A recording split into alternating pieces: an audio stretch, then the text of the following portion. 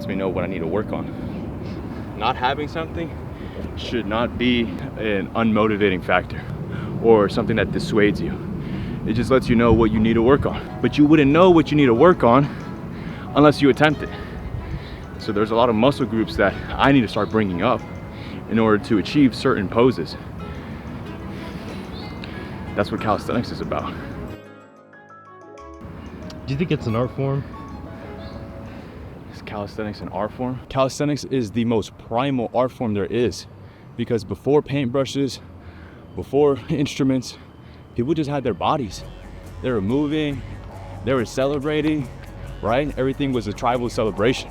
Before motion pictures, before photography, for humans were just using their bodies. That's how people had fun. That's how people celebrated, is with your body. Now, calisthenics has evolved into something that's really pushing the boundaries of what humans thought. People are unlocking more and more crazy moves that people thought were inconceivable at one point.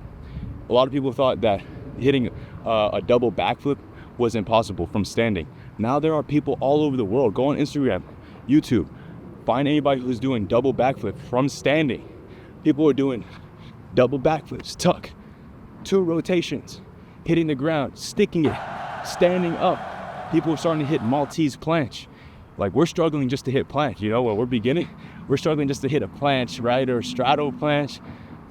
People are hitting Maltese planche on rings. We're struggling to hit front levers. There's people hitting Victorians. Something that somebody once showed me, it was this one graph that demonstrated, it was called, I think, the Dane-Kruger effect. It might be named something else, but the graph simply represents whenever you start something, you come in with a lot of confidence and conviction that you can do certain things, you can learn certain aspects of whatever art form or industry subject that it is. And what happens is the more time you spend in it, that confidence drops, because then you realize how much you don't know. It isn't until you graze the trough of ignorance that you begin to realize how much you didn't know. But then in that same graph, as it drops, it does begin to slowly creep back up, because then you become more knowledgeable. You start figuring out what you didn't know. So it's definitely an art form. It's the most basic art form. It's the best art form. In fact, if you want to get into any other art form styles, you want to get into popping, you want to get into crumping, you want to get into tutting, this is tutting. Crumping is right? You want to get into breaking, you want to get into capoeira, you know, the Jenga. You want to get into just running, long distance, jogging, jumping rope. Everything has a base in calisthenics. So if you have a great calisthenics base, you can attack every other art form, and you can really begin to express yourself, because that's what art is about. It's about expressing yourself. And so calisthenics, right now, I'm still beginning. There's a lot of moves I want to unlock, but I've come a long way. So for me to just stop right now, it wouldn't make sense, because I know what's capable, what's possible. I've seen what other people can do. And that's another great factor, is that when you have a community, you see other people doing it, you see other people achieving certain moves that you want to achieve, you're like, damn, okay, I got to grind even harder. Because I started really towards the end of COVID, but then I kind of died down, wasn't really motivated.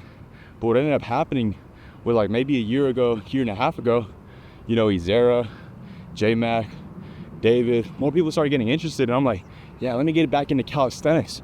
And I started achieving a lot more moves, and I started unlocking moves.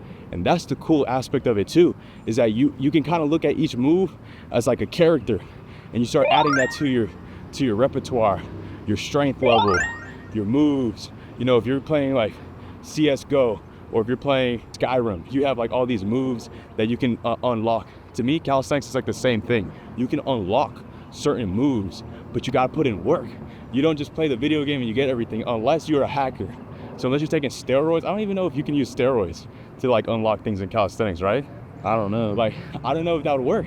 And that's the beautiful thing about calisthenics, is that you can't really use, you can't, I don't know if steroids would help with the balancing and activation of everything that needs to be engaged whenever you're doing calisthenics first.